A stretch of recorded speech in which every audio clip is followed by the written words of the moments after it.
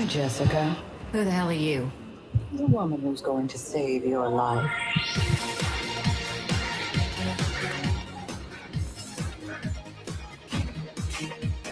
Hold your heart and hide your head. Spider-Woman is tangled well. Better watch your step or you wind up dead. The Spider-Woman is tangled well.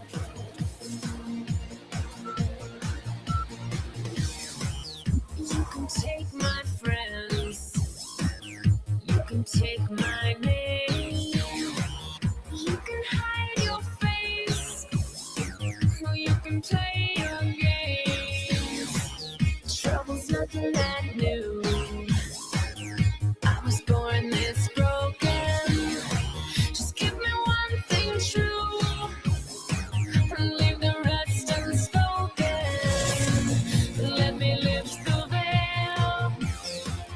I'm the face of your face. Hold your heart and hide your head. Spider-Woman's tangled well. Better watch your step or you'll wind up dead.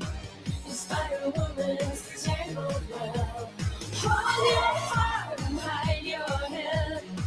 The Spider-Woman's tangled well. Better watch your step or you'll wind up dead. The Spider-Woman's tangled well.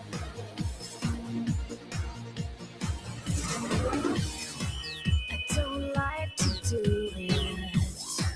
I kinda hate this part. It's not a hero's move, but I can change your heart. Just a tiny push, just a little shove, and I can make you fear, or I can make you love. Let me lift the veil. I'm the face of your face. Hold your heart and hide your head.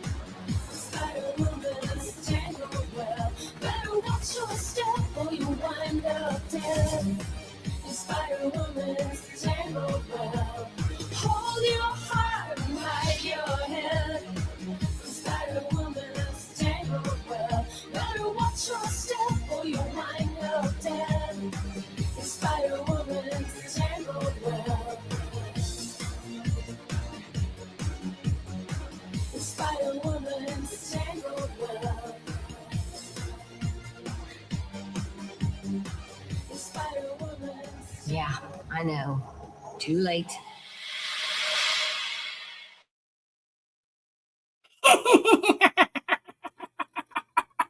Awesome sauce! Hello, everybody. I am your host, Blind Adam Wonders, the comic pimp. Hope you're all having a beautiful and blessed evening. I hope everyone in the East Coast, outside of where my guests for tonight are living, are staying warm because the tri-state area has been quite cold the last week. Before we bring the guest in and talk all about the Ace Grading Comic Company, let's thank the sponsors for tonight. I want to thank DeMarco's Pizza, the official pizzeria of Awesome Sauce Radio. DeMarco's Pizza is located at 1926 Union Valley Road, Ute, New Jersey 07421 973-728-1344. DeMarco'spizza.com. They cater all the events that you can imagine. Their food is delicious. It is Blind Adam approved. And once again, 1926 Union Valley Road, New Jersey 07421 973-728-1344. And DeMarco'spizza.com. Tell them about it. I love those guys. And of course, the Ace Grading Company. Need your comics graded? Want to get some stuff verified, pressed, cleaned? We're going to learn about all that from the guest in a minute or two tonight. But go to acegradingcompany.com. Tell them about it. I sent you. They are an amazing group of people with a great company. And I'll show off the gift they gave me in a little bit. And much appreciated. And of course, if you want to sponsor and help out in the hottest comic on Kickstarter right now, good friend of the shows, one of the producers, David Howard, Space Monkey's #1. We have 18 days left to go. We're at over $1,600. I believe we're into our second or third stretch goal. Everyone, please support Space Monkeys #1. It's going to be an amazing ride. And now with all that out of the way, we're ready to kick butt and take names. Yeah. Testify. Let's have a quick what's up to JV. And Hello. And then we're going to bring in our guests. Jess, and I forget your last name, but I apologize for that. And an old friend of the show who's not been on in almost 2 years now. And he was another company back then. The one, the only, Rob Pillsbury. How's it going? Going good, man. Welcome back to the show after many years. Thank you. And we want to say hi to JV in the background. Hey, JV. Hey, JV. How's it going, guys? Good, man. I'm going to check out your Kickstarter. I'm going to go on and check out the Space Monkeys. It really is an amazing book. Watch my friend David Howard, who's had other comics sponsored on Kickstarter, came up with the concept in a pre-production of Awesome Sauce Radio.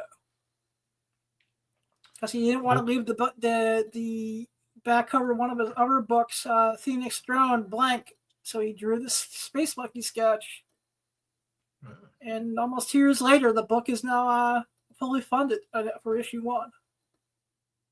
Nice. Well, probably not add water Space Monkeys like sea monkeys, right? Yep.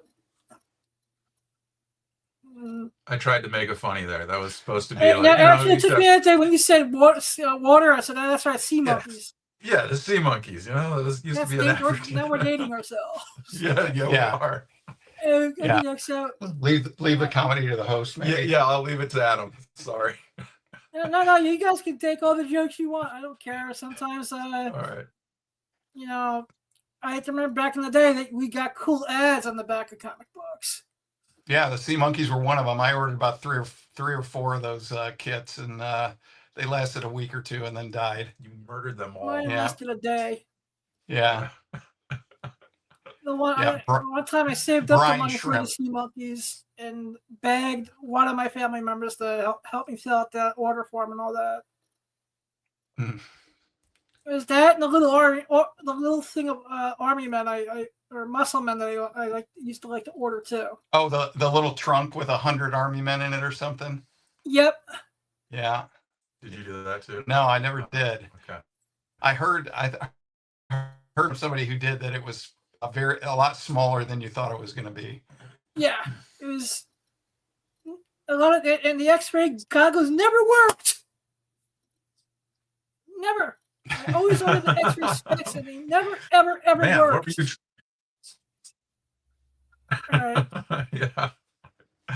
I was gonna make a joke. I'm sure I could picture you going to buy the girls' locker room with your X-ray specs or something. I'll plead the fifth, Your Honor. Yeah, right. Yeah. Or it may have also been a. So we're broadcasting. Now that we're officially on the air, we can edit that out if you guys want. But how did you guys? No, it's good. Yeah, it's all good. And how did that ACE grading get started? I'm going to let Jeff talk. Yeah, so I was sort of I met Rob because back when he was with the other grading company that he was affiliated with, I happened to be searching the area. So I've been in Sarasota. Rob lives in Venice, the next town over, but I've been in Sarasota for several years. And of course, the big grading company is based here. And I had a little bit of experience with them and kind of didn't really like the way they did things. I live 20 minutes away from where they are located, and they would not let me drop off books in person. So I had to go through a facilitator and just kind of didn't love that whole system. And so I was searching for actually comic shops in the area and came across Rob's grading company. And so I called Rob and talked to him directly and said, hey, I would love to just, submit my books in person because the idea of, putting them in the mail and paying for insurance and, risking It's a damage and nightmare. all that kind of stuff just doesn't make sense. Yeah, exactly. I mean, it's just a lot of wasted expense. I mean, it's one thing if you live in California, but when you live 20 minutes from their headquarters, it just doesn't make a lot of sense. So Rob's like, yeah, sure, bring him on in. And I found out he did some pressing, and I had some books that needed pressed, and so I just met him at his office, and we ended up talking for about 2 hours. That Yeah, day that when I sounds about brought him right. some books, and we just kind of hit it off, and we had a lot of the same interests, and we're roughly the same age. I'm a little bit older. And so we kind of hit it off. And so I submitted some books, and then, that sort of just developed into a friendship. And I submitted a few books over the next, I don't know, what was a year or two that we were friends before we started ACE. And at the time, I think you were thinking about starting your own grading company. And, as we got to be better friends, he approached me about joining him and, founding a grading company with him. And I jumped at the chance. My career, I'm actually a physician. I was an ER doctor for 25 years. And that was enough. And I'm kind of retired from the ER now. I still do some, I still work in medicine some, but I'm retired from the ER for the last 4 years. And so I always kind of thought when Thank I you for went into working in the medical field. you're welcome. You Yeah, worked no, like I said, nights for 16 years. Yeah, I did night that's shift amazing. only in the ER in Indianapolis for 16 years, and it was a very interesting job. Rewarding in some ways, less so in other ways. But yeah, 25 years was enough. And I always kind of thought, I've been a comic collector for about 50 years. Actually, it'll be 50 years this fall is when I started collecting comics.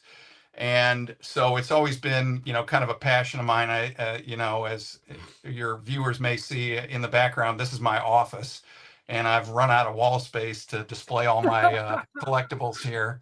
And so it was something I always thought when I, stopped practicing medicine, that I'd like to get involved in comics somehow, own a comic shop or something. And then once I moved to Sarasota, so close to the giant grading company, I kind of had an idea in my mind. Well, maybe I'll, apply to them, and maybe they have some part-time work I could do, something like that. And then I met Rob and kind of, got some of the inside scoop about how that might go, and decided maybe that wasn't such a great idea after all. And then when Rob approached me about, founding ACE, I jumped at the chance. I didn't have any formal training, but yeah, for basically at the time we started, for about 45 years, I had about 45 years of amateur grading experience. And so I joined Rob, and he trained me in some of the finer points of professional grading. And we spent about 3 years designing the case and the label and how things were going to work and what we wanted in a grading company, and launched in the spring of 2025 finally. It was a long road, and there were some bumps along the way. So the original prototype of our slab had to be redesigned, and the labels took a lot longer than we thought, and some of the finer points of what we do took a while to put it all together. But I'm now gonna, that I'm gonna say right now, I'm gonna pull one of these out. This Yeah. is their slab. I'll take it out of the bag. These are some of the nicest cases I've seen in 26 years of slab comics. Thank you. We appreciate it. Nice. I like the little hook on the back. Or hanger tab. Yep. Contact to display it really quick on the wall. Yep, the hanger tab. I may get a better view there. Yeah, there we go. Yep. Right at the top there's a built-in hanger tab, which was Rob's brilliant idea. So that for someone who, it's not bulky at all. I mean, I was expecting. This is now my new favorite case for slab books. yeah, I mean that's kind of our whole philosophy when we designed the company was, what do we want as collectors in a grading company, whether it's the case or whether it's the grader's notes or how the process works. That's kind of what we had in mind. Was I knew what I didn't like about submitting to the other companies. And so we tried to, design our company to get rid of some of those pain points for collectors. And that's kind of our goal, is to really, And I also like the fact that your labels don't take up half the case, and stuff of that nature too. Yeah, I mean, I'm not talking about the major grading company that's based in Florida. I'm talking about the other company that's based out in Texas. yes, I know what you're talking about. And I have a lot of love for them. They've been good to me over the years, but I've never been a fan of their label. Yeah, well, when we were designing the label, my kind of philosophy was, I want a label that gives you information and is clean and concise, but doesn't take away from the book. The book should be the main focus, not the label, in my opinion. And And so what I also that's, liked about your label for people who use adaptive tech to read, with the meta glasses, it picked up your guys' label on the slot book right away. I was like, you have an absolute Wonder Woman 1 first print in your hand. Oh wait, So you broke up. That put a smile on my face. You cut out a little bit. I missed what your last comment was. Basically, I just like how like my meta glasses with all the visually impaired tech aid that it has built in them can read the labels on your guys' slab books really nice and clear. Oh, good. That's great. Glad to hear it. He meant to do that. Yeah. So yeah, that was kind of our philosophy with the labels too, is don't take away from the book, because the book should be the focus. So yeah, and then the other thing about our labels is that we're really proud of and really think puts us really ahead of the game is the QR code on the back. So you can see on the back of the label there's a QR code for every book that's unique to that book. And if you scan the QR code, I'll give you an example. We have an authentication site that has information, including grader's notes. So basically, if you scan the QR code, oh, sorry, we're getting some shadows here. There we go. Not a problem. Sorry. But so here we go. Yeah, so when you scan the QR code, it takes you to our authentication website. And yeah, this light, I'm going to have to adjust so we can see. Sorry, this picture isn't great, but it takes you to the authentication website with free grader's notes. And then we have pre and post encapsulation photos. So you can see the defects a lot better if you're looking at a photo out of the case. So if you... That's amazing. Yeah, I mean, if you're trying to sell the book, and let's say you have it on eBay. Well, the guy on eBay can scan the QR code if you post it on the eBay website, and then you can go to our authentication site and it'll have photos of the book before it was put in the case, and you can zoom in on the defects and really see. And the other thing we do is if there's any defects or anything of note inside the books, we take photos of that as well. So for example, here I pulled up one of a book we graded. It was a Hulk 181, and it was a Mark Jewelers insert book. So on the QR code, you get not only pre and post encapsulation photos, but you also get photos of the inside where the Mark Jewelers insert is. That's nice. Yeah, if there's a Marvel value stamp missing, we'll take a picture of that. If there's a stain on the interior, we'll take a picture of that. If there's an interior autograph, we'll take a picture of that, because back in the day, a lot of these artists, nobody signed on the cover in the 60s, 70s, and 80s. They signed on the first page of the book. Yeah, so I don't even think grading on the cover really, late 80s, early 2000s, maybe. Yeah. Right. So if you've got an autograph book by Jack Kirby and you put it in a slab, you're never going to see that autograph ever again. So that's why we take a picture of the autograph and link it to the label. And so you can actually see the autograph on the inside of the book, or the tattoos, or the missing value stamp, or, you know, whatever it might be, or the 3D glasses insert. You know, we've had, you know, multiple cases where there's something of note inside the book, and we document that all, and it's permanently linked to the QR And it's code. So most of that those things in those books, you know, it's always a value stamp missing, the tattoos, yeah, exactly. or you guys can tell that the tattoos were popped out and replaced, which is the Yep. infamous hack for Spidey 238s. Yep. Well, we had a book recently we did for a comic book store in Indianapolis, and the other grading company gave it a 9.2. And it clearly wasn't a 9.2. Jeff and I found not only foxing, but a stain that the other company must have missed, because with this stain, there's no way it's a 9.2. So what we were able to do then is take a picture of the stains. Because the stains were on the interior of the book. You could Yeah. not see them in the slab. And it was light, but you could still take a picture of the stain, and we could take a picture of the foxing, and we put that on the landing page. So when the person that got the book back is like, this was a 9.2, you guys gave it a 7.5, we're like, well, here's why. And you could clearly go to the landing page and see all the stuff that caused it to not be a 9.2. So yeah. So That basically, just put a huge smile on my face.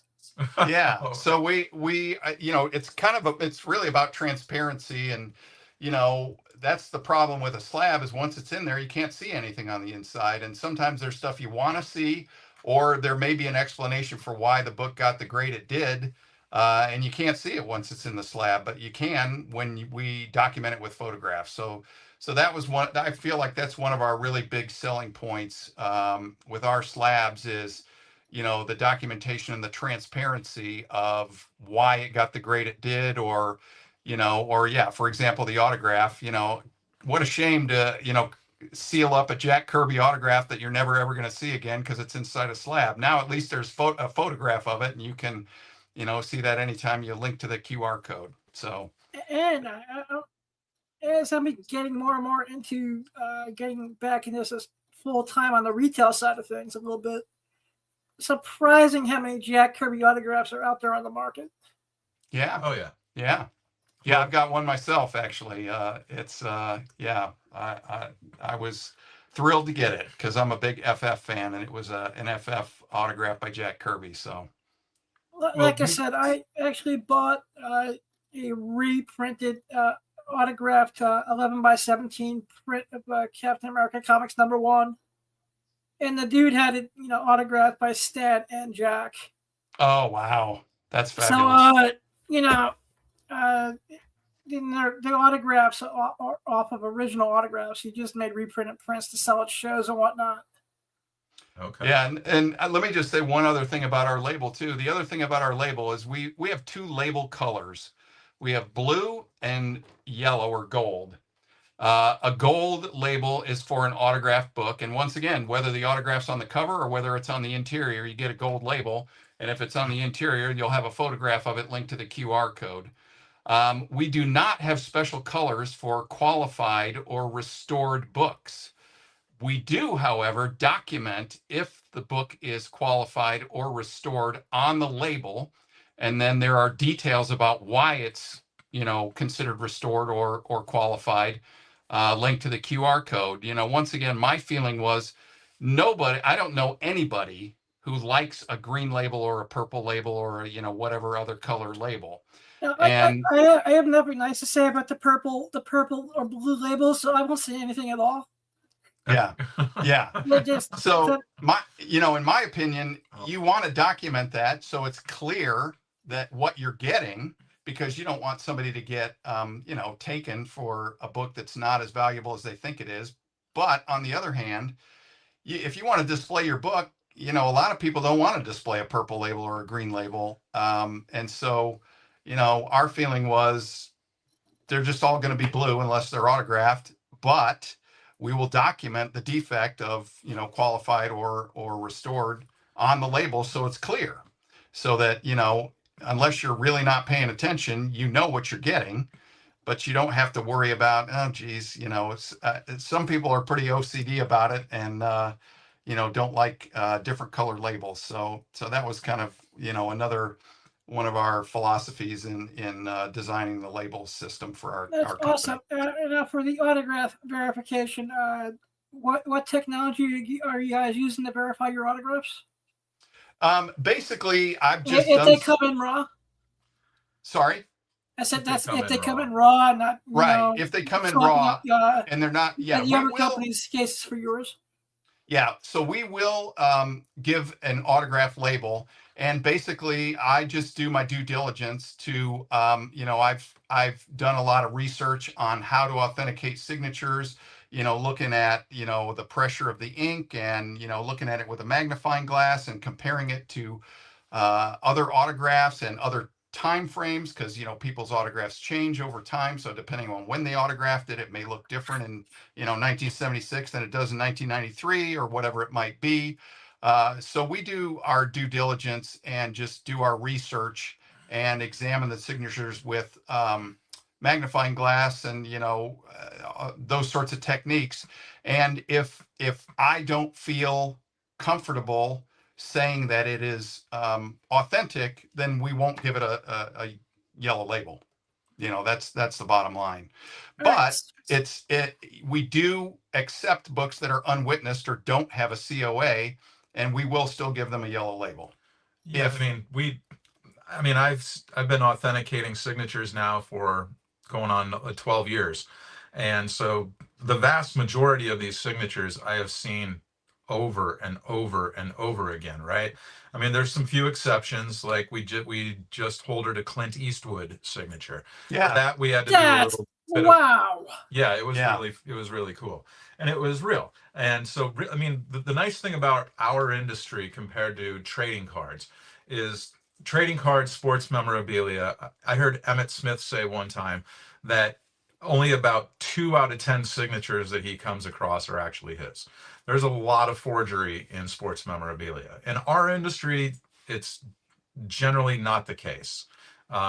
You're not going to, generally, we're not taking an expensive item and then doing a forged signature on an expensive item. You're going to destroy the book, plus trying to get it past an expert is probably not going to happen. The only time I get leery with autographs is like older celebrities. I passed on buying something autographed by Ricky and Lucy just because I was like, knowing my luck, I'm gonna get the one that's the fake.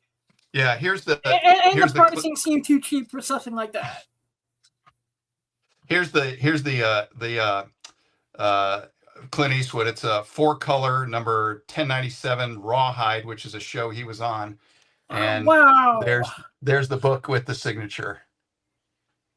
That is amazing. So pretty cool. That's one of the coolest things that's come through our company so far. And just to touch on real quick, we didn't want to reinvent the wheel at all. We kept, the 2 standard colors for labels. We just did blue, we did yellow. We didn't want to reinvent our holder stacks with the $1 billion grading company down the road from us. So these all fit together in a box, in a stack. So we wanted everything to be seamless with our holders. And then with the hanger tab, you had alluded to that. My design for that was really, it took a lot. I did a half circle and sent that to the manufacturer, a half circle. And they were like, that's your design for your hanger tab? I'm like, yeah, it's a half circle. I just need it as a box on the back. And that was my design.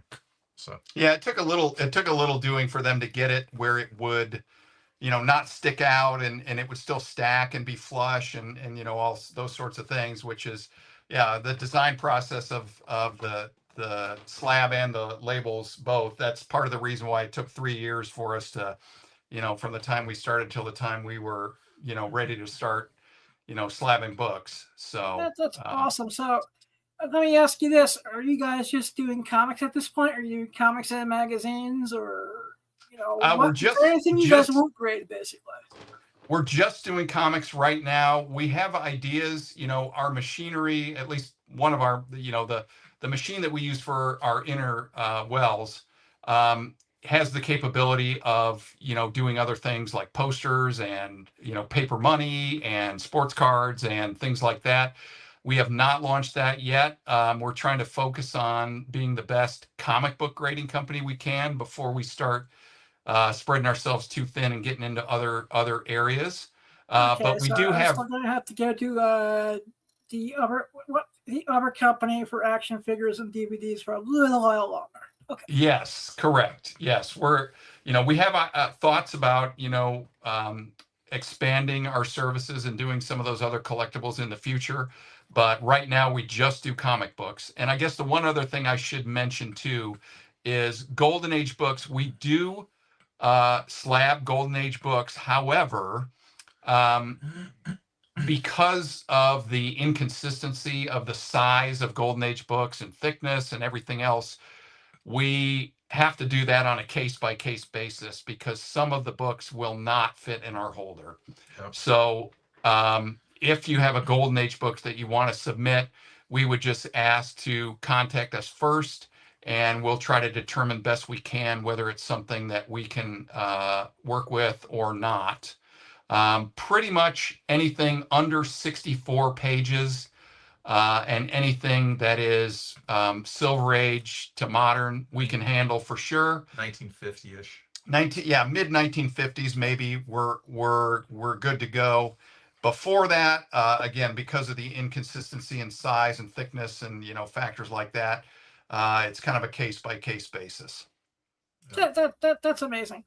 I want to get your opinions on something in the collector market I'm noticing on eBay, and it's making me scratch my head and make me almost want to pull the trigger at the same time. What do you guys think about people grading single pages from key books? Recently, I came very close to wanting to pull the trigger on a single page from Batman 1 because it was the playing card page. Oh, wow. Yeah. What? It's just I was like, do I really want to spend $800 just for the one page? Yeah, And that's the thing. I acted like a 52-year-old. It said, nah, I don't need to do that right now. I feel like that's, just an individual thing. I think it's actually pretty cool that people are doing it because, what else are you going to do? You hate to, what do you want it? What else are you going to do with that? A cover list. Yeah, throw it away or No, just exactly. put it in a box or, I think it's great. Put it in a holder and display it. It's cool. It's a cool piece of memorabilia. And, for someone who's not wealthy, you can spend $800 and have a really cool page from Batman #1. I think it's awesome. Or Hulk 181. Yeah. That's way more affordable at that point. Yeah. Oh, exactly. And just for me to being an a-hole, I would like to get the single page is the last page of Hulk 180. Yep. And there you go. Married into the 181. Yeah, there you go. And I'll pay extra for this with a special request. Yeah. Hulk 180, the true first appearance of Wolverine. Shut up. Yep. We're trying to going into some controversy now. Is that right? I guess. Hey, you know what? What do you guys think of the whole cameo versus first appearance thing? As people who grew up a little before when I started collecting.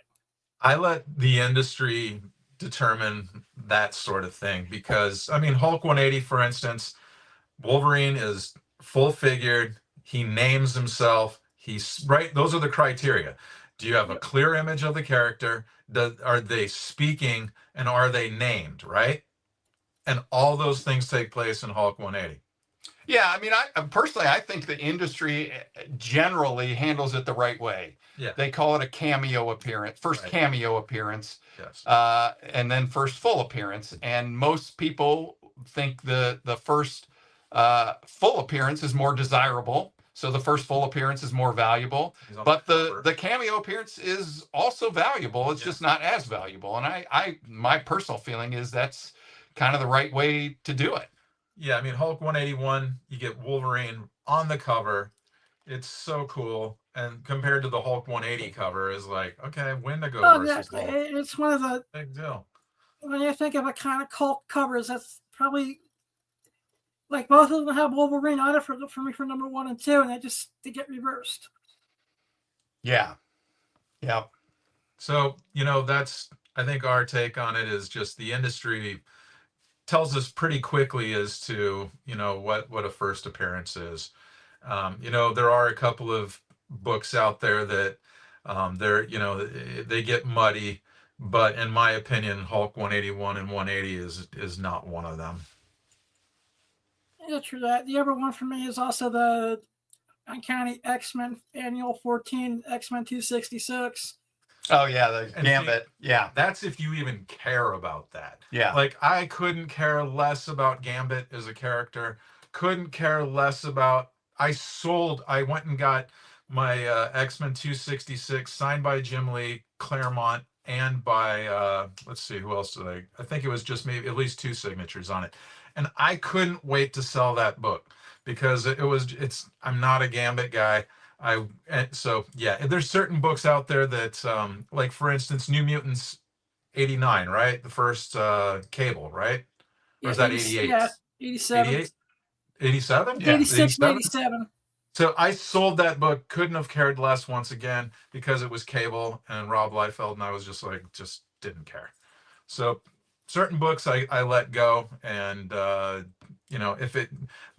got Batman stuff that's very dear to me. The Batman stuff stays. Jeff turned me on to Doctor Doom a year or 2 ago, and now I've got a short box of Doctor Doom covers because of Jeff. So, all right, excuse me, JB, can you play the McDonald's commercial? Because this was so good since we're talking about Doctor Doom and the other topic I wanted to bring up. Like I said, we're gonna play a classic McDonald's Batman commercial, and then okay. Oh yeah. All right. Yep. Well, this is going to be great. If you've always wanted to get your hands on Batman, drop into McDonald's, where Batman Returns is on a dramatic series of 32-ounce collector cups with fine, crispy Bat Disc lids straight from the movie. You can pick up a large drink in one of 6 superhero collector cups at a special price when you buy any extra value meal. Because what you want is what you get at McDonald's today. I've got those cups in a box somewhere. I just found them I cleaned out a storage unit that I closed out, and I actually found a box of the cups. Back from when I got them when I was collecting them in high school. Yeah, with the little frisbee lid. Yeah. Yep. Well, I have to do a little. I also have, and I got to figure out how I'm going to display it. I also have the drive-in menu for Batman Returns. Oh, nice. Yeah, I love that kind of stuff. I've even got some of the Happy Meal bags, like just the paper bag that has all the Batman, the maze and the word search or whatever else might have been on there. I've got a few of those in a box somewhere too. So before we get into the comic book movie topic, can fast food toys eventually be graded? Gosh, I would think. You know who sells more toys than anybody on the planet? Who? Take a guess. McDonald's. That is true, man. McDonald's sells more toys than any other retailer out there. That makes sense, man. Right? They're Happy Meals. Yep. Several of them are on the shelves behind me. Yeah. Jeff keeps McDonald's busy whenever they got cups and figures. As long as you don't support the McRib. Oh, no. More power to you, man. When I was a kid, I used to be a McRib fan, and my taste changed. And I pass on the McRib. So I tried it once and never again. The other grading company, they are McRib crazy over there in that grading room. I'm not even kidding. Those dudes talk about the McRib all the time. They go and get McRibs whenever they're on the menu. They love McRibs over at the other grading company. I actually worked at McDonald's for a couple of years in high school, so I had my fair share of all that stuff. I was a fan of. I don't know if you guys remember the cheddar melt. Yep. I don't remember it. Oh, I love that. I don't think they've brought that back for decades, but yeah, I miss the cheddar melt. Like I said, I now watch those old school commercials, and I cry every time I hear for $2.99, you can get a whole Happy Meal. Yeah. Yep. Yeah. If you want to be a completist collecting Happy Meal toys nowadays, you're going to spend some money. Oh, definitely. But So to answer your bringing into question, the other reason I put that video there, Yeah. since Batman Returns is from an era of comic book movies where you got one a year, maybe two, and you were happy with whatever you got. What do you guys think of the current comic book movie landscape? Are you guys fatigued? I feel like we're kind of on a little bit of an upswing. It was down for a while. I loved both the movies from the big companies last year, both Fantastic Four and Superman. I think I mentioned before, Fantastic Four is my big focus in collecting both memorabilia and comics. And so I loved it. I thought they got the characters right finally after many, many tries. And the Superman movie I really enjoyed as well. I thought it was much better than the Man of Steel. Let's put it that way. and I'm gonna be nice. I'm trying to be family friendly tonight. The Man of Steel was horrible in Agreed. many ways. Superman by James Gunn, I fell in love with, especially the use of crypto. Yeah, I loved Crypto as well. And honestly, to me, the biggest thing that I liked about both those movies last summer was the characterization. I feel like they got the characterization right. Superman, the characterization of Superman and the characterization of the four, members of the team in the FF. That to me is the most important thing when I go to a comic movie is it, do they have the characters right? Because that was my big problem with the Man of Steel, is I felt like they did not have the characterization of Superman right, and that's why I didn't like it. Yeah, Galactus was done right. That made me like. I'm sorry. The one thing that made me like Superman more than FF a little bit was the characterization of Guy Gardner. Yes, very enjoyable. Yep, Nathan Fillion did an awesome job. That was a great choice. Mr. My favorite thing in Fantastic Four was we got a comic book accurate Galactus. Yep. Yes, that was the best part of the movie. Yep. And I go ahead. No, guest first. I was going to say, I do understand that probably a lot of people who aren't, FF fans like myself probably didn't enjoy the movie as much as I did. I totally get that, and I understand why. But for me, being the fan, yeah, the thing I focused on was the characterization, and that's what I loved about it. And the Thing was done. The Thing was incredible. The Thing and Galactus were the two best parts of the movie for me. I'll give you the MVP, the Julia's interpretation of Silver Surfer. I didn't. You know what? I like her as an actress. I have a friend who didn't like it, but he didn't understand that it wasn't taking place in continuity, and he's been collecting since FF came out. Just he never read RFX. Okay. No. He's read every FF book there is. So that's where he didn't like. He was like, "Why would you mess that up? Why wouldn't you just use the real Silver Surfer?" But for me, I'm gonna poo-poo on your. I didn't care for either movie really. I luckily I have a fast forward button that I fast forward most comic book movies with. Okay, and what made you poo-poo on both, out of curiosity? Oh man, I don't want to be negative and. Yeah, go ahead. You are the guest. You gave me two beautiful. Okay, I'll just tell you. Floor is yours, Robbie. So in Superman, though, I just thought it was amazing how the very first scene, right?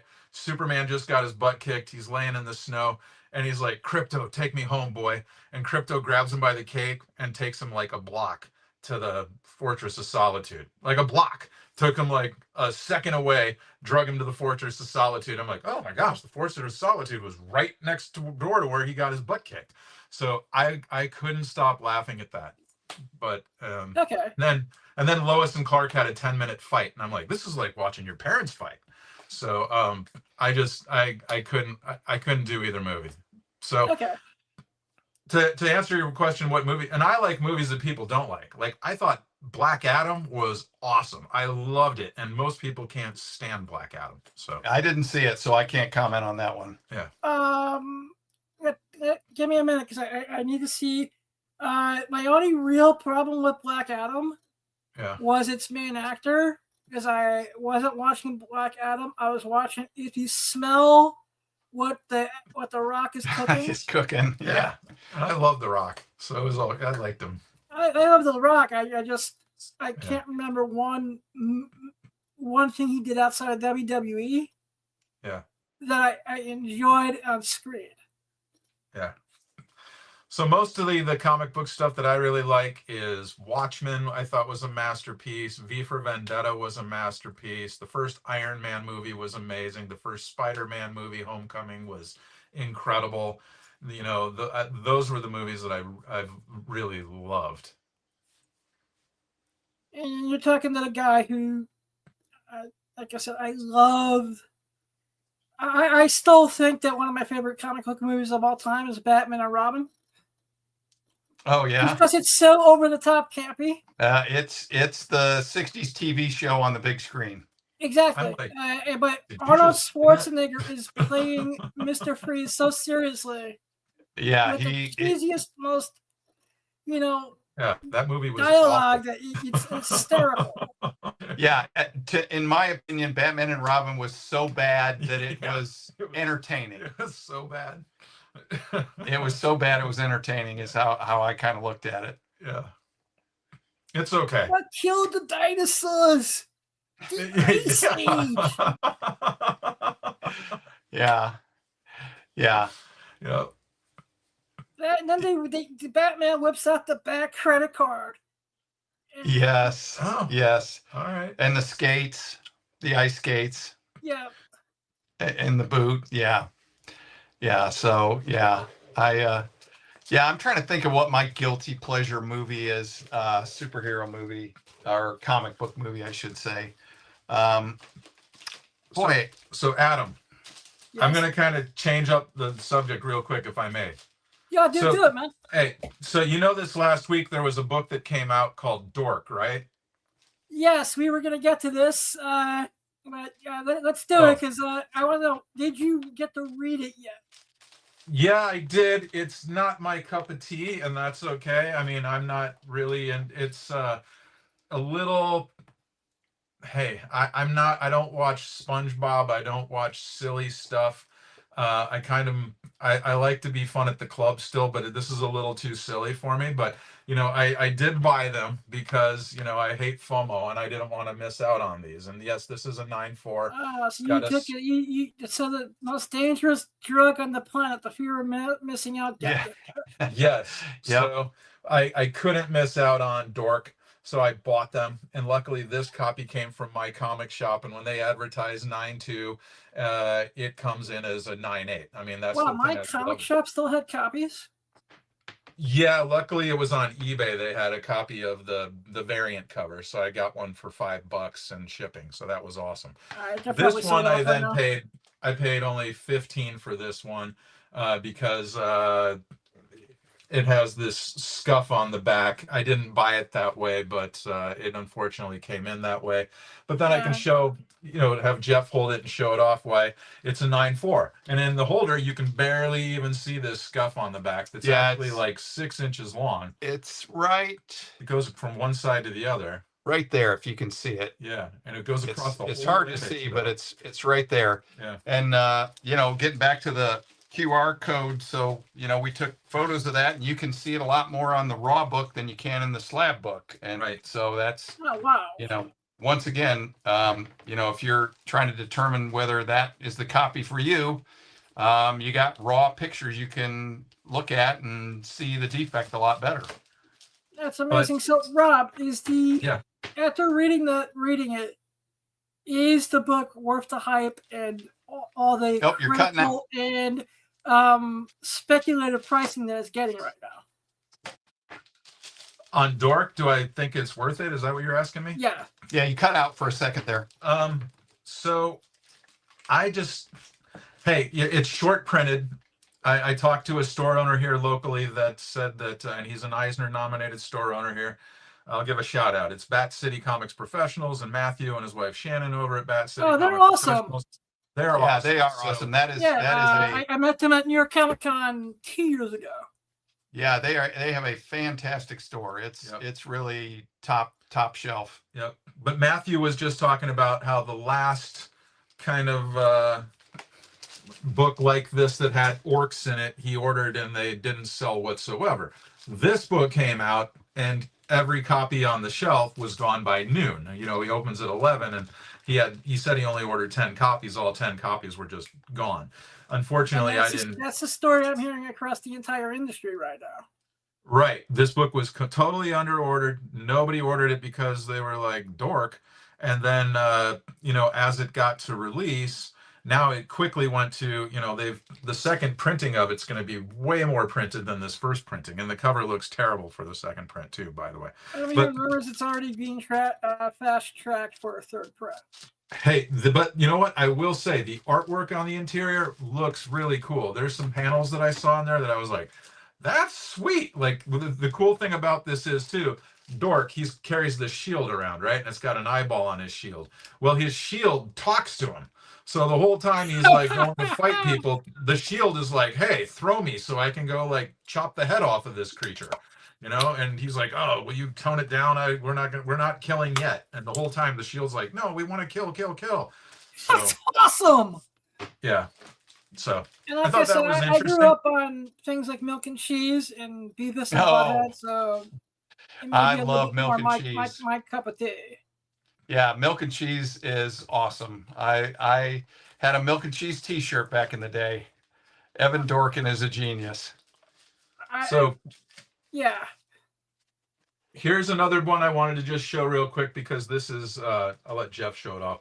It's Battle Boss, DCKO Battle Boss #1. I just wanted to show it off in the holder because it's Superman versus Homelander.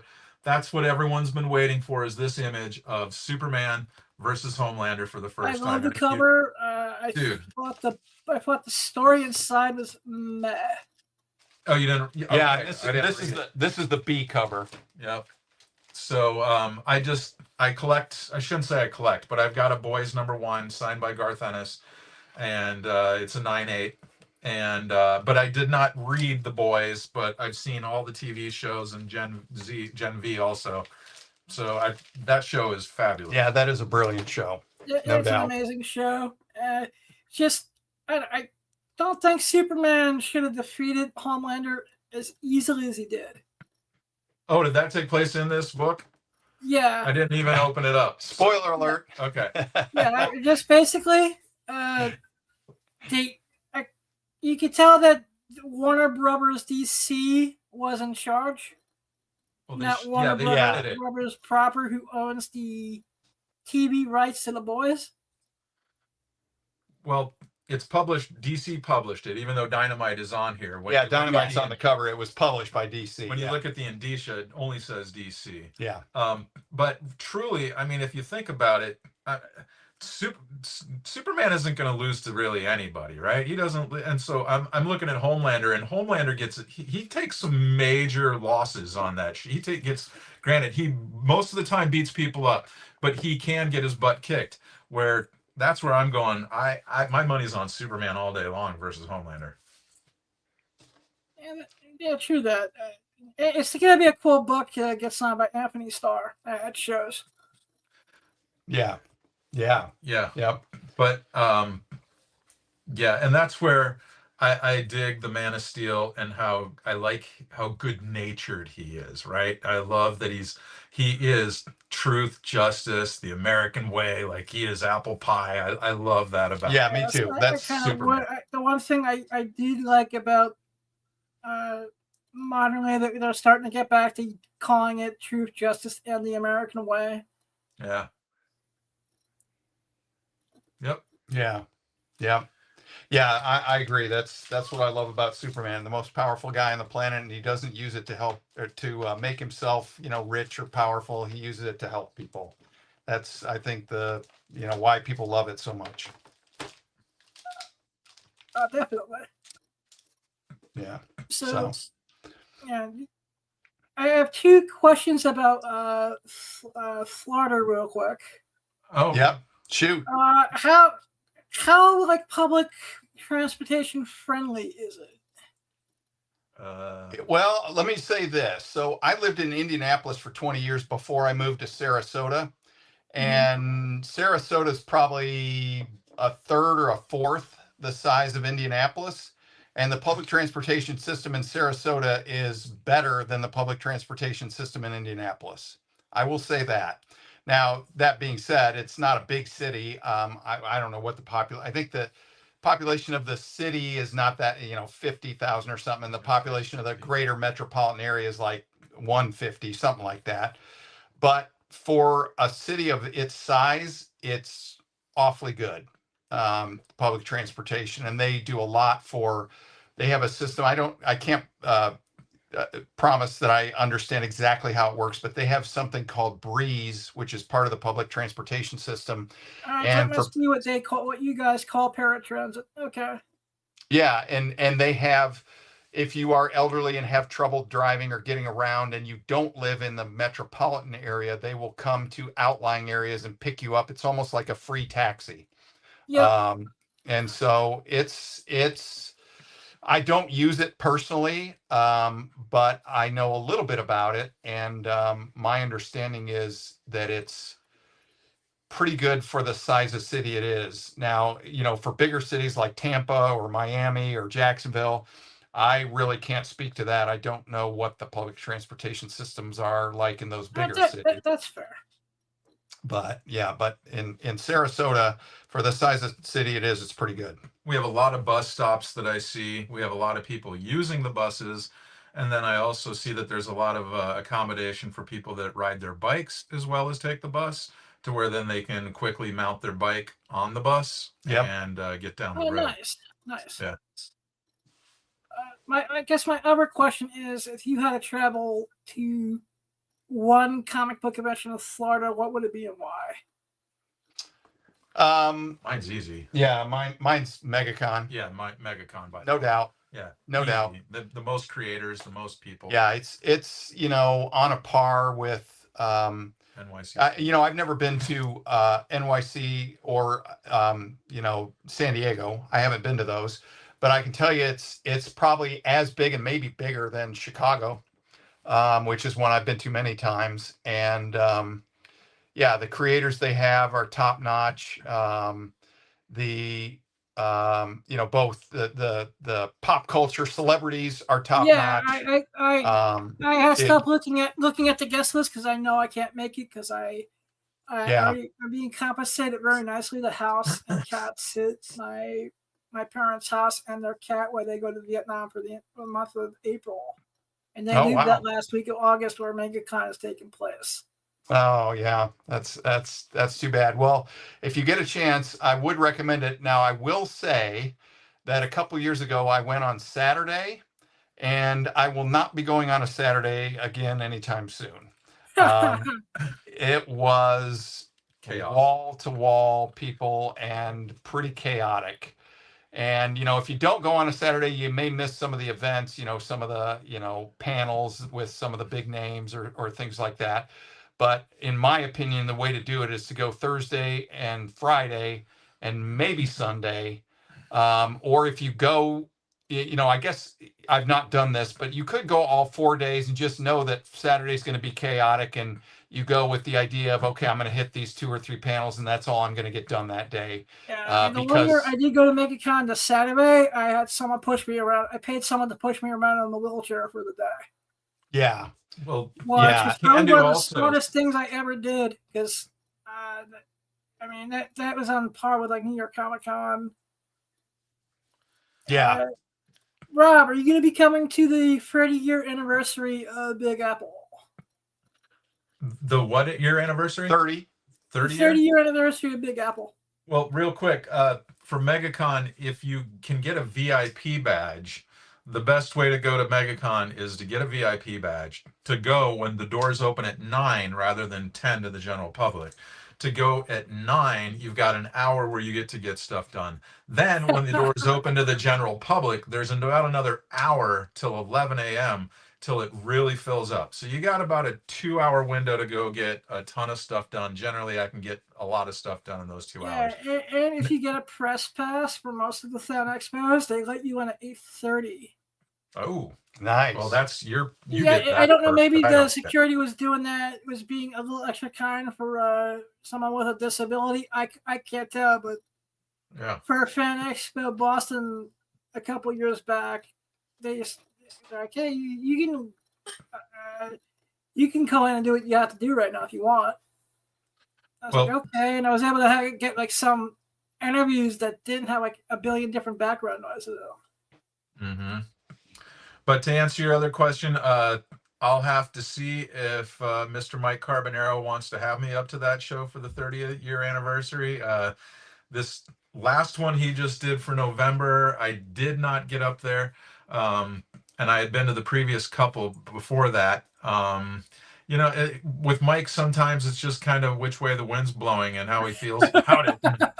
Sometimes he brings me up, sometimes he doesn't. So he was just here in town and came to town, and it was great seeing him, but it's always a whirlwind. I'm always amazed at what his rental car looks like after 3 days. It's like, is that possible? Yeah, that a rental car can look like this? I don't want to be the rental car company getting the car back.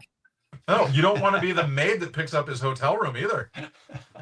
I had to use the restroom at his hotel room. I walked in there and went, how is this possible? Look at what are all these towels doing strewn about? Who goes through every towel in the first like 6 hours that they get into the room? Yeah, my goal is to certainly go. I would have gone this past year. I actually, my daughter just moved to Queens last July, and I was planning on going to Big Apple and making a visit with her. And she's into geek culture too, not comic books per se, but horror movies and video and gaming and stuff like that. And just so happened that she had to come to Florida that weekend for a wedding. So it's like, okay, I'm not going to leave Florida to go to New York when she's not there and miss her visiting me in Florida. So I did not make it this past year, but my goal is to certainly make it, this coming November, especially since I think my it's daughter November lives there. 21st and 22nd. Don't quote me on that because the Big Apple website was broken for the 5 billionth time when I was trying to see if I was going to put it in the show notes or not. Well, And Mike Mike and I spent an hour texting back and forth because I hit text lottery with him today because I sent him a link to the show. Well, Mike should be Amazon stop. He should be getting a house. He lives in a house in Queens right now, but he should be getting a house in Long Island where it'll all be his, where he can fit all of his stuff in there. And if he gets that house I for heard March, that he was buying a new house. What's that? I heard a rumor that he was moving into a new house in Long Island. Yeah, that's where he's. I might go up there for March to help him move all of his stuff into the new place, and I will set up a room. I'll set up a room and say, like, okay, now I've made the bed. Now don't touch the bed. Don't let just leave the bed alone. So. Oh yeah, better you than me in helping them move everything out of that house. Yeah, I've gone through his basement and had to go like organize it and sort it and go through things, and so he trusts me to go through all of his stuff and to move his stuff and to consolidate and organize, and he's seen what I can do, so he's like, yeah, I'll bring you up here for a week or two and let's do this. That sounds like a big job. It'll be yes, it will be, but I'll get a few books out of it. Like I said, because occasionally I love Mike. I love him to death. I've known him since 1988. Yeah. When he took a punk bleep, blind kid under his wing and taught me everything that I know about the comic book game. I learned from Michael Carbonaro. You're not alone. There's a lot of people like that, right? Yeah, and but lately it's just like, especially since I've been recovering from the illness last month. We text back and forth. He would, text. All of a sudden, I get these random texts at 4:30 in the morning. Yeah, that's when he does his best work. Bleep was texting me at it, and I saw, and I have him saved on my phone as Big Apple. Yeah. That's okay. It's Mike. It makes sense. Yep. Yeah. I will call him any time of the night, and most often when he picks up for me is some random time during the night, and he's always picking up during the night, and I'm going, unbelievable, he picked up for me, and it's 3 o'clock and he just picks up. Yeah, hey. And he's wide awake too. It's great. Well, or he's, he listens to New York sports radio when he's asleep, right? So it's blaring in his face all night. So if I call, his phone is already next to his head, so he already knows. He looks and there, oh, it's Rob bugging me again at 3 a.m. So. Yes. Let's see. One of my favorite things, the other thing that I'm really well known for, and I need to talk to Anthony over Comics Heating Up and bringing this back as an article at some point. Yeah. Now that I'm using ChatGPT to at least edit the crap I write to make it not look like I'm visually impaired to dyslexic wrote it. Yeah. Much love to Comics Heating Up. But did you guys have any hidden gems? Oh, let's get to it. Yeah. I got a few. Go ahead, Rob. Well, I mean, this isn't really a hidden gem. It's just something that I got a copy of this last week for $20, and I was thrilled. Is Spider-Man 59.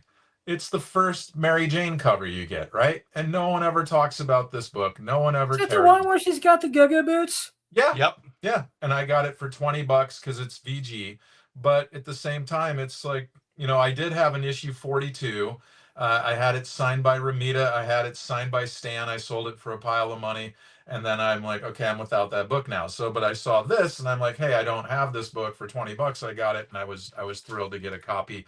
I pressed it and made it look a million times better. So it looks really nice in a My Light now. Yeah, so, it does. It looks very nice. Yeah. So it does not look VG.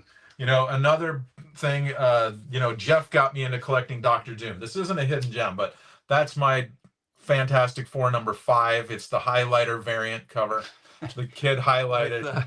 Yeah, and then the kid added a piece of paper on top and drew in Reed in the thing. So, but it's still a $2,000 book. This toilet paper is still a $2,000 book. So it's my toilet paper. But then, I just got an FF23 from Mike. And I think I got it for, I don't know what I even paid for it, but it wasn't much. But I was like, this is a great Doom cover. And I asked Jeff, who knows everything about the Fantastic Four, so what Doom, appearance is this on a cover? And Jeff said it's his 6th cover.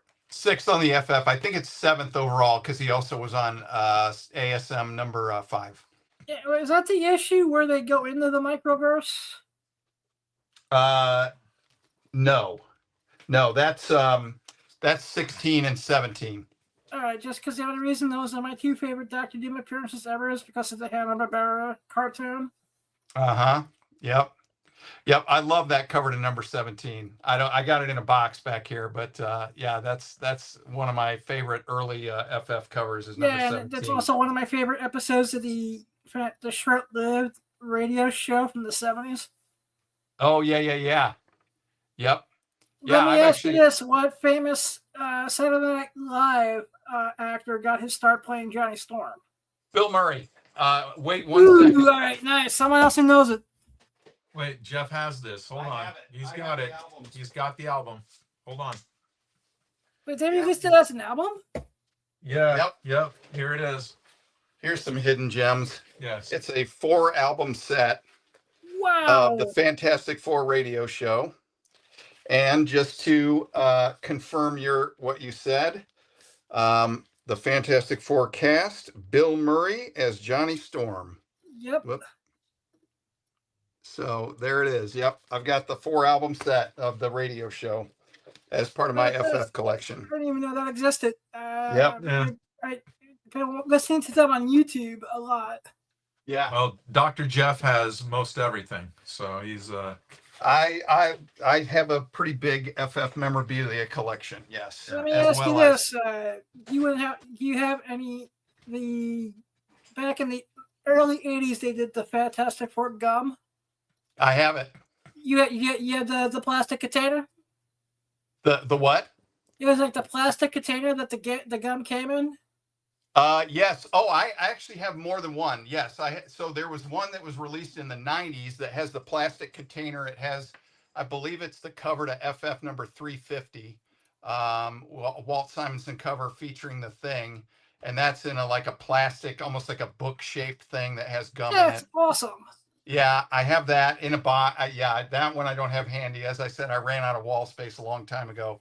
But then there was one that was released in I think 1982 that was in a package like Big League Chew kind of Yep. package, and it had 4 different flavors of gum. Actually, I think I've got a picture of it on my Instagram. I'll show you. Hang on, give me a sec. I'll pull it up. But yes, I do have some Fantastic Four gum. I also have Fantastic Four chocolate bar with the Jim Lee FF cover I from remember number those. 1. Yeah. Because that was one of the few candy bar wrappers I didn't save for some weird reason. Jeff does have a few hidden gems here also. Yeah. He's trying to find this candy bar though. Actually, but he gave me a smile on my face with the album. So.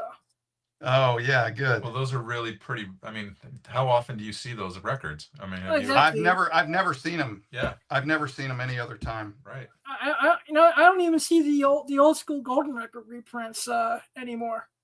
He's got. Yeah, that I do have that. Yeah, so here's the FF chocolate bar with the Jim Lee cover. That's awesome. He blew it up. He blew it up for you. So here, yeah. Let me. Whoops. There's the FF chocolate bar, and then I don't have the one that I was talking about. That's like a book with the 350 Walt Simonson cover, but I do have. Oh, let me see if I can find it. Bear with me. Sorry for dead air. Rob, besides the Spidey, what other hidden gems? You know, what else did I bring here? Not hidden gems, but I just brought some show and tell stuff. Here's my one John Byrne sketch, and I got this from Carbonaro, and it just says, haha, I was here and you missed it. Love and kisses, John Byrne, with a Superman logo on it. So I got that from Mike and love that because that's my only John Byrne signature and remark. And then, so Jeff and I just had some stuff sent up to New York after Big Apple in December, and Mike went and got some Larry Lieber stuff signed for us. So I just wanted Larry on a book with Stan, and I had this book that Sean Caffrey gave me, who's the lead modern graver over at the other grading company. So then I went and sent it up to have Larry Lieber sign this, and Larry had nothing to do with this book, but I didn't care. I was just like, I just want the two brothers on a book together. So. Okay, I found it. Here's the Fantastic Four bubble gum from the 80s. Yeah. Four different flavors. Yep. Strawberry, orange, grape, and watermelon. And it even has the 59-cent price tag from Hook's Drugstore still on it. That's awesome sauce. Yeah. Yeah. Jeff has his hidden gems here, though. So what hidden gems did you have, Jeff? So I've got a couple. Well, I got some that are hidden gems that are just great stories, and a couple that I think are underrated first appearances. So this is one of my favorite books from back in the day, Fantastic Four number 176, with a Jack Kirby Joe Sinnott cover and a George Perez Joe Sinnott interior. And it's The Impossible Man Goes to the Marvel Bullpen. Yeah, I was going to say, is that the Impossible Man issue? Yep, The Impossible Man at the Marvel Bullpen, with cameo appearances by Stan Lee, Jack Kirby, Len Wein, Marv Wolfman, Roy Thomas, and they're all drawn by George Perez. He's in there too as a person. This is early Perez. Yeah, early Perez. Fabulous. Great art and inked by God Sinnott. rest his soul. Yes, God rest his soul. He was my first ever favorite artist. I started reading the FF when he was drawing it, and I just fell in love with his stuff. I fell in love with his Avengers stuff. That first run from the 70s when I was a kid, and I never fought right before he passed at the East Coast Comic Con. Lovely person, and I almost had the honor of teaching him Braille towards the end. Yeah, I never met him, unfortunately. He was at a con I went to in Indianapolis once, and the line was, around the block. And decided not to wait, and I regret it now because yeah, he was always one of my favorites. That was one of the lines for him at that show. I was like, thank God for ADA. Yeah, Because yeah, the promoter yeah. is like, yep, he's first in line. He's handicapped. Let him go first, please. Wow, good for And you. then at the end of That's- the day, as I was looking, I was like, yes, thank you, God. Yeah, yep. And speaking of, oh, there's a cameo appearance by Jeff's dog named Herbie, Herbie. like the FF robot. Yep, named after the robot. Yep, Herbie the robot. Nice. Hi, buddy. Yeah.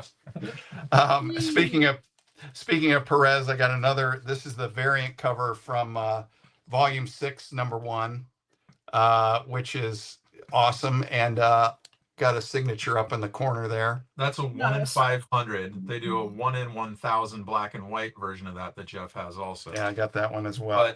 But then for that book, there was 100 variants for that book approximately, right? Oh yeah, I remember that. And Jeff has almost, I need about 12 more to have all of them. yeah.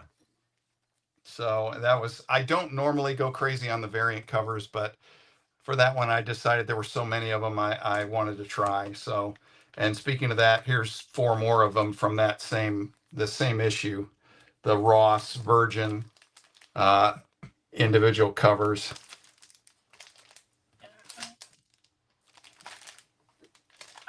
I wish Alex Ross would get more love in the modern day and age. Yeah. Well, we all love him. It's just that Yeah. whether his stuff is valuable or not, right? I mean, he puts Oh out. no! Unfortunately, the only stuff I do well with selling with his is like Kingdom Come and some of this Batman stuff. It's a shame because he is. I mean, there's nobody better than Alex Ross.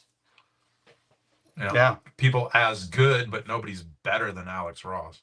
Yeah. And then of Yep. course, his cover to Harley Quinn, which once I put that on the wall, it always goes. Yeah. Oh yeah. Yeah. Yeah. And then I think these are 2 really underrated books. Again, FF. I'm kind of broken record here. Well, that's but awesome, man. Your love is a Fantastic Four really tickles my heart because oh, good. I But feel that's it's one of those good. comic book properties that is just starting to get its love because of the movie now.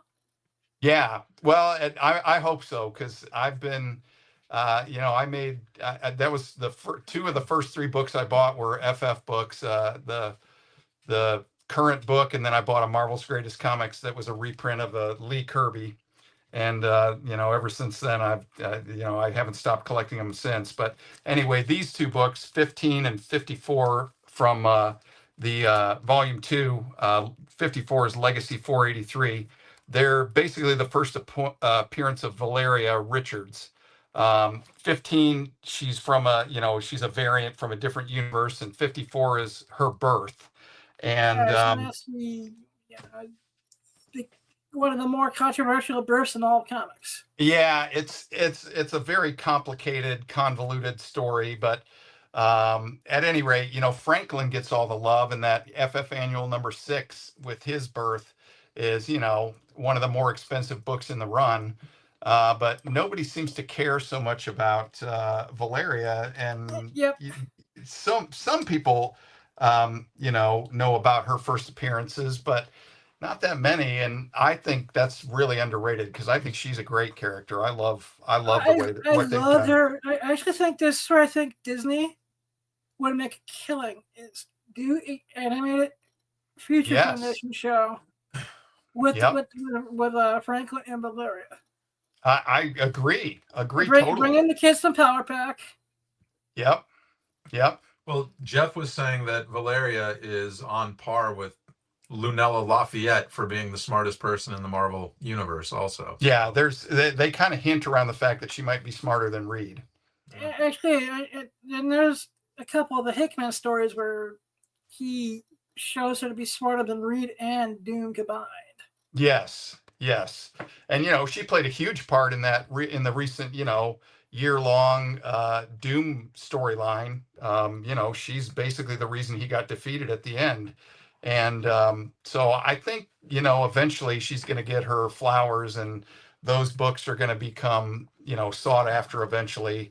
Because right now, not many people seem to care about them. I mean, they're more than you know, if you want to pick up a copy, it'll cost you, I don't know, $10-15, maybe a little bit more.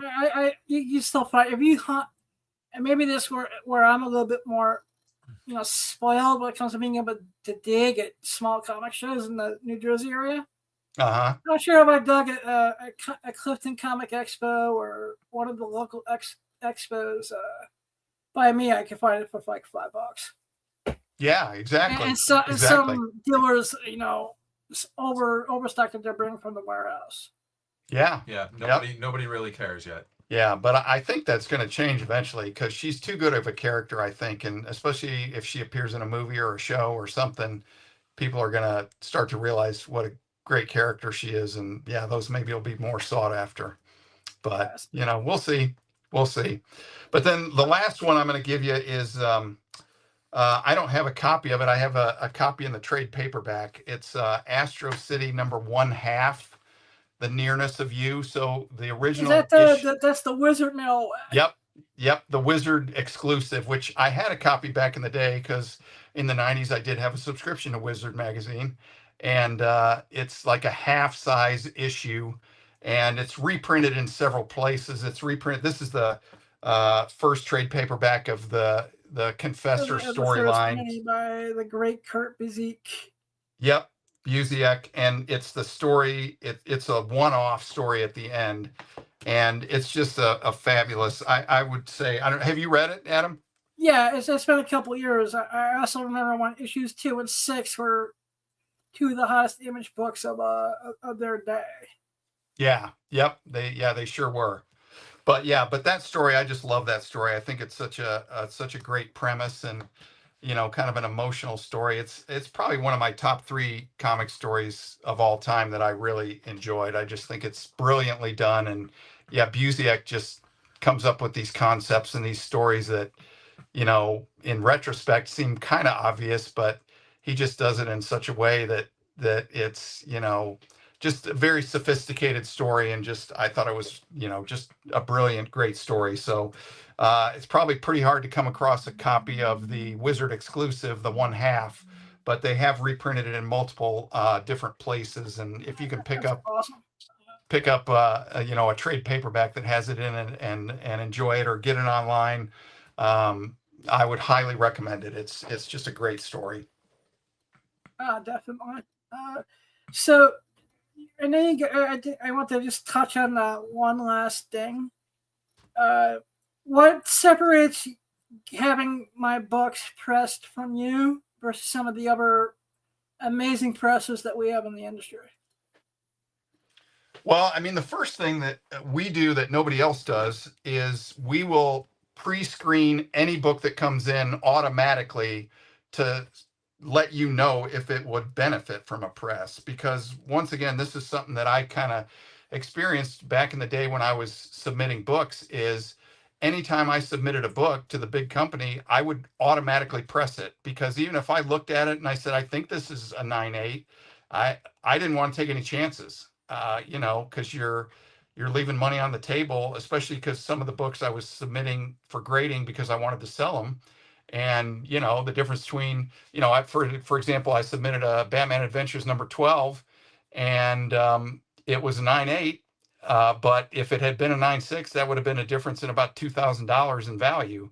And so I just was in the habit of pressing every single thing, which was, unnecessary expense in many cases and unnecessary delay, because this was back around the COVID boom, where when I submitted those books, it took months and months and months to get them back. But again, I didn't want to take any chances. So we decided that we will pre-screen every single book that comes through. And that way you don't have to waste money, and you don't have to second guess or question. We'll let you know, yes, it's going to benefit from a press, and the grade. I mean, I'm not going to tell you that we can tell you, this book's it's a 9.2 and it's going to go up to a 9.6, or it's a 7.5 and it's going to go up to a 9.0. I'm not saying we're going to be that exact about it, but we can definitely tell you, it's going to bump a grade. Or we'll say, no, it's really not going to bump the grade, but it may improve. It's going to definitely improve the eye appeal. So if that's important to you and you want it to look better in the case, then go ahead and press it. And if you don't care, then don't press it. So that's something that we just decided that we want to do because, again, why should you be spending money that you don't need to spend or you don't want to spend? And let me just pull up some pictures. I can show you some of we've got, I would honestly put our pressing services up against anybody in the industry as far as what we can do. And we got an X-Men 101 here that I'll show you, is an example of the kind of stuff we can do. So there's an X-Men 101 that is pretty severely water damaged. That's the before, and that's the after. That's the same book. And it lays totally flat. It's totally flat. And you can't tell that it had any water damage at all. Here's the back cover. It's probably even worse. It's all rippled mess. It's rippled mess. Yeah. And here's the after. So, you had asked about the pressing and how we differentiate compared to some of the other. Hey, people have come a long way in pressing. I started pressing 7 years ago. I started pressing when I was Mark Haspel's assistant. Mark Haspel started the graded comic book industry. So I was his assistant for 2 years. And when I was working with Mark, he told me, hey, I want you to start pressing books for me. So I started pressing at that point. I then went and CG, the other grading company kicked some people to the curb. So they let go one of their managers of their pressing department. And I'm friends with that person.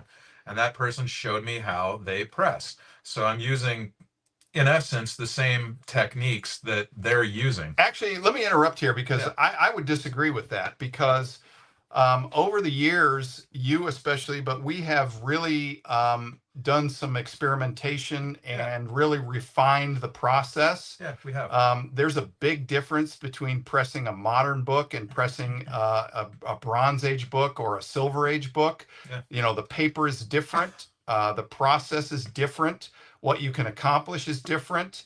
And so, it's one thing to just start pressing or to learn how somebody does it. And it's another thing to spend, what's it been now? I don't know, 6, 7, 8 years, trying different things and refining your technique. And so, what we do is not the same as what other companies do. It's just not. We have, really, like I say, experimented and refined and learned about things, the science of it, the physics, the chemistry of it, how it works, those sorts of things. And that's the knowledge that we put to use when we press a book. So it's good to know because the one presser I was using out of Pennsylvania, I'm not going to say her name, but she just doesn't have the time to really press that much anymore. She has her she's a big person on social media now, and between that and running the shop she helps run, just doesn't have the time for it anymore. But it really, the technique started from, it came from a place where it was, great knowledge. And, like Jeff said, we've tweaked it, we've refined it. In all of the videos I've ever seen out there on pressing, nobody is doing what we do. Nobody is not even close in terms of technique and what they're using for presses or what they're doing to press. It's not cool. even, nobody's I may doing have to anything. find a way to hand deliver you the one book I really want to get pressed, which is My Journey in the Mystery 85. Oh, nice. Yeah. It was one of the last Christmas gifts my grandmother ever gave me. God rest her soul. Yeah. So I'm a little hesitant to mail it somewhere. Oh, you'll be okay. Stick it between a bunch of cardboard and just send it UPS, and I'll let you send it directly to my home. It'll be fine. I'll press the heck out of that thing and make it just stunning. We'll take before and afters and we'll feature it on your podcast here, and you'll be like, yeah, does this thing look great? But so I would say that's the two things that really set us apart as far as pressing services go. Is number one, we'll pre-screen everything, and we're not going to just take your money because you think you're worried it needs a press. if we think it doesn't need a press, we'll let you know, and we're not going to take your money. And we'll do that for every book that comes through our door. Is we'll pre-screen it and determine if it needs it. And then the other thing is just, like Rob said, the technique that we use, we've not seen anybody else doing what we do. Or, I'm not going to say there's plenty of companies out there that get amazing results. Yeah. I'm not. Yes, there's amazing companies. There's also some amazing individuals who. Absolutely, Yeah. absolutely. There are Come a long way. plenty of companies and individuals who can do amazing things. And I'm saying But- that to cover my own butt right now, because a couple of the presses, that are well regarded in the industry watch my show. Yeah. And I don't want to be knocking my teeth out at the next convention. Yeah. And if you've got a company that you've worked with and you're happy with them, that's fantastic. But my point is that I would stack our pressing up against anyone else's, and I would say we can accomplish things that what we can do would stand up against what other people can do, anybody can do, and in many cases maybe better. Well, and That's awesome sauce. where I get a lot of validation is when I submit books on behalf of our mutual friend at Big Apple Comic Con, and I will press his books and I will submit them for him to the other company. And I get feedback from my friends that are still over there. They'll be like, dude, I saw these books that came through, and they are like, they look unbelievable. I just took an AF-15 and took it from a 6065 and pressed it 7.0 and brought it from a $65,000 book to a $120,000 book. All right, cool. So maybe when he has it on his wall, he'll let me hold it and take pictures with it, like he's done with other people with other books. Yep. No, I have a buddy. All of a sudden, I'm at this one convention with Carbon Girl, and he's letting a buddy of mine, hold his Action Comics one and take pictures with it. Yeah, he was down for a visit a couple months ago and brought a Tech 38 and I think Superman 4. Yeah. And they were beautiful. They were beautiful books. So yeah, he's got some amazing stuff, no doubt about it. Yes. Well, where can my audience find you guys on social media? So the best place to get us is to go to our link tree. If you're familiar with that, it's Linktree/Ace Grading Co. So it's ACEGRADING CO. So it's a little bit weird. It's linktr.ee/Ace Grading Co. Or if you just go to our website, Amazon stuff. And also to everyone who's going to be watching this on the rewind, there is a link in the show notes. Perfect. For this episode for Ace Comic Con, both the website and the link tree.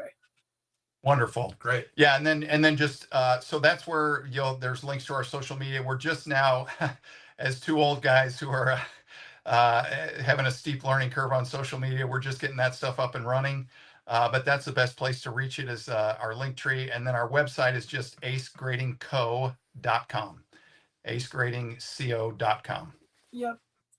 And I want to thank you guys for being guests. I want to thank you guys for spending some time with me on a Thursday night. And thanks for having us. I wish you guys all the luck with Ace Grading Company, and we will definitely be in touch about a few things. That sounds great. We appreciate it. It was a lot of fun. Thanks for having us on. Thanks, Adam. My pleasure. I love you guys, and have a great night. I love you too, bud. All right, you too. Take care. See you, pal. Bye-bye. Bye-bye. All right, everyone. That's number one in the books. Thank you for spending some time with us. I would like to, thank the official pizzeria of Awesome Sauce Radio, DeMarcus Pizza. They were located at 1926 Union Road, Newton, New Jersey 07421, 973-728-1344, DeMarcosPizza.com. They have a birthday party coming up. Have them cater it. They're amazing. Also, once again, Space Monkeys #1. It's a Kickstarter for 18 more days. If you want one of the coolest comics to come out in a while, you got to get your Space Monkeys one. It's going to be a fun ride. If you like satire, sci-fi, you want to see make sure Jay and Silent Bob meets Star Wars, meets Beavis and Butthead, meets Spaceballs. Written by a good friend, one of the men in the chair of this show, David Howard. Love that guy. And of course, I am JV Wheels _ everywhere on the internet. Follow him everywhere because he's awesome.